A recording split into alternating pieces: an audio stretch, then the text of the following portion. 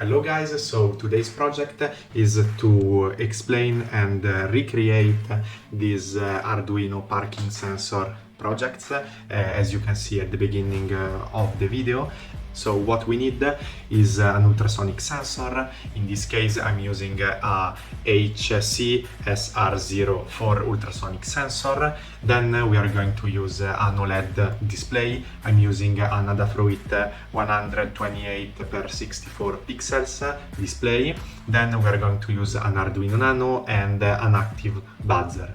Okay guys, so first thing first, you want to connect everything according to this diagram. So here, in my case, I'm using an Arduino Nano, but you can use also an Arduino Uno, an Arduino Mega. Then you need to take an ultrasonic sensor. I'm using an HC SR04. So you first need to connect the VCC of this sensor to the 5V of Arduino, the ground to the ground of Arduino, the trig pin to pin 11 and the HO pin to pin 10 of Arduino.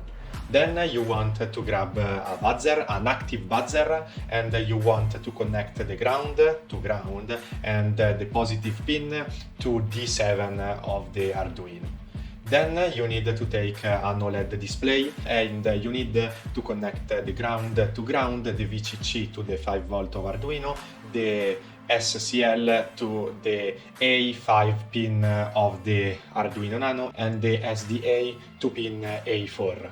Once you've connected everything, you can upload the code. Okay guys, this is the main code that will be put in the description for the download, but firstly I want to explain it a bit. So here we have the four main libraries. I will put 4 different links as well in the description to download them. Then we have the dimensions of the screen. So in this case I'm using a 128x64 pixels screen. Here we have the declaration of the pins. So the buzzer pin that will be connected to pin 7 of Arduino, the HO pin of the ultrasonic sensor that will be connected to pin 10, and the trig pin of the ultrasonic sensor that will be connected to pin 11 of the Arduino. Then here we have the minimum and maximum distance that are expressed in centimeters. So if the object distance is less than 4 centimeters, the buzzer will be always on, and if the object distance is bigger than 20 centimeters, the buzzer will be shut down. You can also change that, so you can put 3, 2 or 10, and the same thing here, you can also put 30 if you want, okay?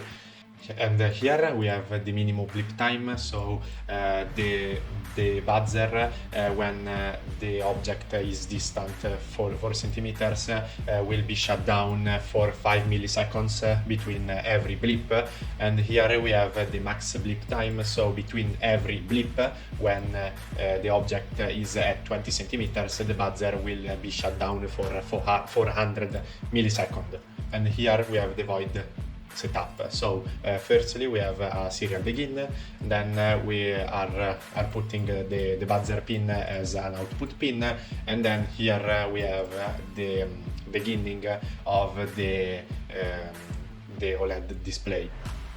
Then we have the void loop. So firstly we are going to read the distance of the object, and then we are going to use the buzzer flip. That is a function that I've written down here, but we are going to see it later.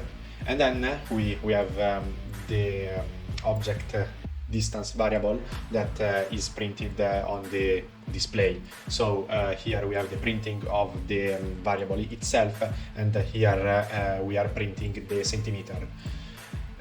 Then we have the most important function for the code, so the buzzer blipping function. If the distance is less than 4 centimeters, the buzzer pin will be put always as high, so the buzzer will be always on. If the distance is bigger than 20 centimeters, or the max distance that we have seen before here, the buzzer pin will be put always as low, so the buzzer will be always shut down. If the distance is between the minimum distance and the maximum distance, we are going to use the map function in order to calculate the blip time, and we are going to use the function millis to calculate the time during which the buzzer will be shut down, in order to make the buzzer pin oscillates between the high state, so buzzer on, and low state, so buzzer off. The next thing that you want to do is to plug the Arduino to your computer. What I'm going to use is an Arduino Nano that in my case is connected to COM3, as you can see, and then you need to upload the code.